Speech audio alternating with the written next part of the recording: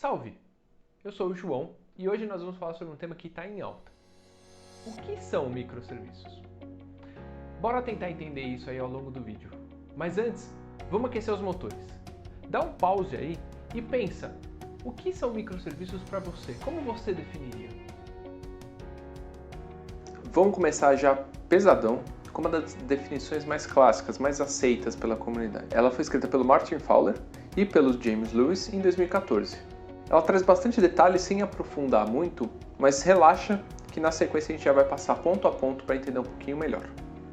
Então vamos a ela. O estilo de arquitetura de microserviços é uma abordagem para desenvolver uma única aplicação como um conjunto de pequenos serviços, cada um executando seu próprio processo e se comunicando com mecanismos leves, geralmente uma API de recursos HTTP.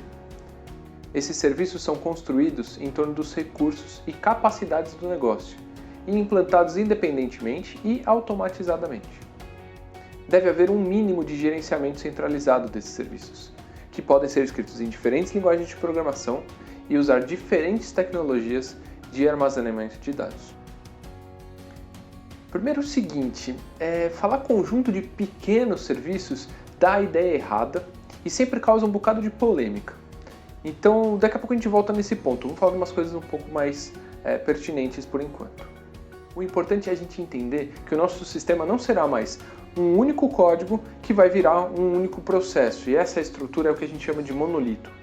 Com microserviços, a gente vai ter diversos programas, cada um com seu próprio código-fonte, virando um próprio processo. Então a gente pode ver a imagem aqui, essa representação de vários códigos virando vários processos. Cada código vai cuidar de uma parte do negócio, cada microserviço cuida de uma parte do negócio. No monolito, a gente discute sobre a organização interna sempre, sobre as camadas ou sobre as abstrações que a gente vai colocar, por exemplo, se a gente vai fazer MVC ou se a gente vai usar um novo repository para fazer uma determinada operação ou um novo controller, né? Em microserviços, nós quebramos o monolito, mas isso não significa que essa discussão some. O que acontece é que a gente vai passar a ter dois níveis de discussão. Um primeiro nível é o nível de sistema, que a gente vai tratar de microserviços, a gente vai movimentar os microserviços e entender como que eles se comunicam, como que eles interagem. Um segundo nível é a arquitetura interna de algum determinado microserviço. E aí sim, a gente volta a falar sobre camadas ou sobre as abstrações internas, como que a gente vai organizar o código internamente. Nosso sistema vai agora atender a todas as demandas através da comunicação entre os microserviços. Então, eles precisam se conversar bastante. E aí é por causa disso que a gente vai sempre prezar por mecanismos leves de comunicação. Isso é importante dizer porque antes de microserviços tinha uma outra coisa que era famosa e que é bastante parecido. É o que a gente chama de SOA, Service Oriented Architecture. É um estilo arquitetural e nele a gente tinha também serviços, mas a comunicação entre eles era feita por um mecanismo chamado Service Bus. Esse bus tinha muita lógica de negócio, e a troca de dados entre os serviços ficava comprometida, meio lenta, por causa desse processamento que tinha que acontecer. Por isso, dizemos que agora temos que adotar mecanismos leves. Mas você pode entender também como dump pipes. Essa é uma terminologia bastante usada aqui. Esses dump pipes são conexões que só passam os dados, sem ter necessariamente uma lógica, é como se fosse um cano, entra de um lado e sai do outro. Agora sim a gente vai entender melhor esse lance de pequenos serviços. Os microserviços devem ser modelados a partir de capacidades do negócio. Então eu vou dar um exemplo aqui de modelagem, pensa num sistema de rede de restaurantes, tá? O sistema precisa gerenciar seus funcionários, dando contas para cada um. Então podemos ter um microserviços para isso. Como é uma rede, cada restaurante precisa ser representado também. Toma outro microserviço. Enfim, eu acho que agora deu para pegar a ideia. As demandas do sistema vão aos poucos sendo mapeadas para os microserviços. E aí é por causa disso, por causa dessa divisão de responsabilidades, que o código de cada microserviço acaba ficando um pouco menor. Mas isso é uma decorrência, não é nenhuma diretriz. Devemos fazer microserviços serem pequenos. É claro que se um microserviço começa a ficar muito grande, isso é um mau cheiro. É um sinal de que a gente deveria investigar para ver se de repente não está com muita responsabilidade em cima dele.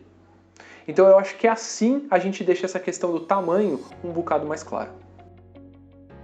E microserviços, quando a gente adota microserviços, a gente está falando sobre adotar autonomia.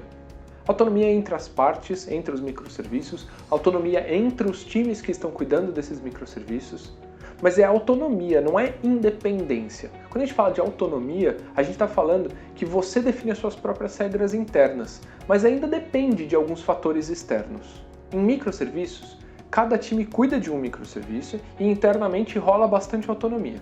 Cada microserviço pode ter o seu próprio estilo arquitetural interno, pode adotar um paradigma de programação diferente, enfim. Podem até ter linguagens de programação diferentes, mas tem que ter um acordo entre como vai funcionar a comunicação entre eles. E aí é nesse acordo de comunicação entre os microserviços que é uma parte interessante de se ter um pouco de centralização da gestão. De certa forma, isso é até reflexo da comunicação entre os times, que precisam trocar ideias, precisam definir acordos, e para isso acabam se reunindo para discutir aquelas coisas que são em comum. Essa relação ela é bastante interessante, mas a gente volta nela daqui a pouquinho no vídeo. Mas em muitos casos, a descentralização vai ser importante para manter a autonomia dos microserviços. Isso vale inclusive e talvez até principalmente para os BDs. É importante que cada microserviço tenha a sua fonte de dados exclusiva. Assim, a estrutura pode ser focada 100% em atender a demanda daquele microserviço. Daí entra mais um grau de importância na comunicação entre microserviços. Se o microserviço A precisa de alguma coisa do microserviço B, ele vai ter que esperar o B mandar para ele ou ele vai ter que pedir para o B. E uma vez que o A recebe o dado vindo de B, ele armazena do jeito que for melhor para ele, independentemente de como isso está armazenado lá no B.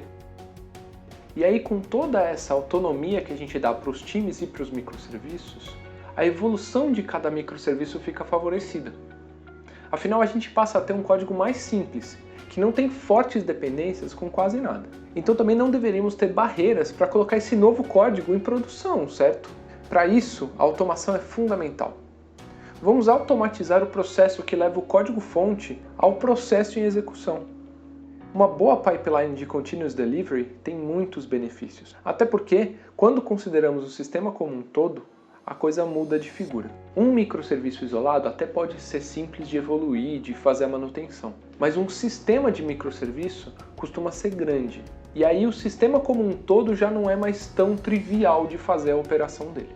Então as pipelines auxiliam o processo pensando nessa escala global também, porque elas aliviam um pouco da carga do trabalho que é operacionalizar um sistema grande. Então aqui eu retomo a citação original e eu espero que ela tenha ficado um pouco mais clara, um pouco mais fácil de entender do que a gente está falando. E agora a gente vai entrar numa parte um tanto quanto extra, não estava muito anunciada, mas a gente falou bastante sobre aspectos técnicos e demos só uma pincelada naquela parte sobre a relação com as equipes. Mas quando se trata de microserviços, falar da organização da equipe é essencial.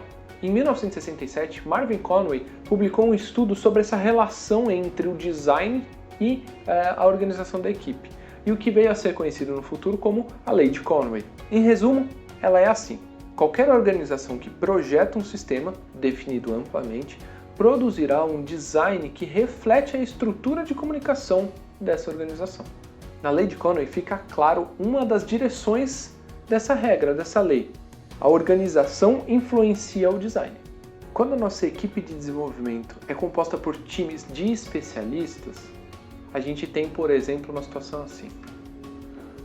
Um time de especialistas em UI, um time de especialistas em back-end, um time de DBAs. A gente pode ver que a equipe ela é feita de silos no sentido de armazenamento de coisas iguais. A gente acaba tendo um sistema que vai também ser dividido nessas mesmas regras. E aí o código vai ter divisões claras, fortes, entre front-end, back-end e banco de dados. Mas a partir disso fica meio que uma pergunta, que vai na direção contrária. Qual estrutura funciona melhor quando a gente quer adotar microserviços? Como queremos ter o nosso design de aplicação como uma composição de várias partes, vários microserviços, é importante ter a equipe composta por vários times que possam resolver diversas questões técnicas. Por isso, a gente entende que uma equipe composta por times multifuncionais é o ideal para microserviços. Um exemplo muito interessante dessa divisão de times são os squads, que é uma proposta do Spotify. Nele, cada parte da nossa equipe é um squad, ou seja, o squad é o nosso time multifuncional. Mas além disso, existem outras divisões, outros agrupamentos que também são super interessantes. Um outro agrupamento são os chapters, que são um grupo de especialistas, e esses especialistas são membros de vários outros squads. Então, um squad pode ser composto, por exemplo, por 3 devs de back-end, 2 de front-end, um Product Manager, um DBA e um Data Scientist. E podem ter outros squads, com outras pessoas e outras composições. Daí, pode ter um chapter de produto, que vai reunir todos os PMs dos diversos squads.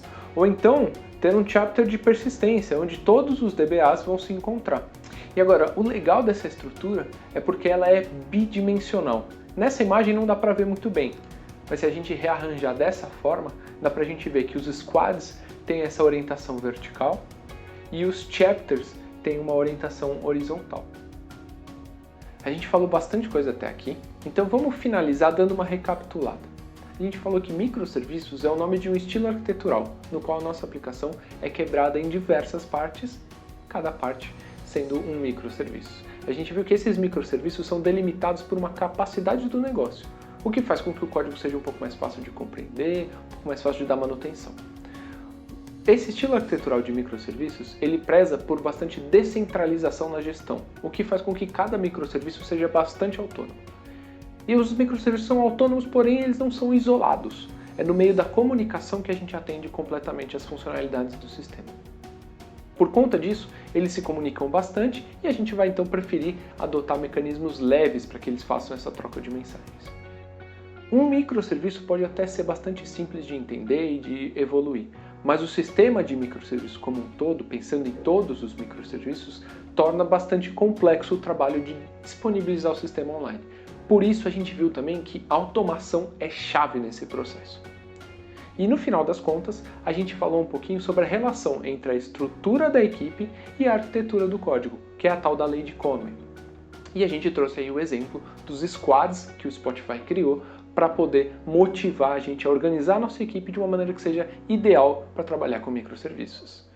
Então, com isso, a gente encerra esse vídeo e eu espero que tenha conseguido trazer um pouquinho do básico do que são microserviços. Até uma próxima!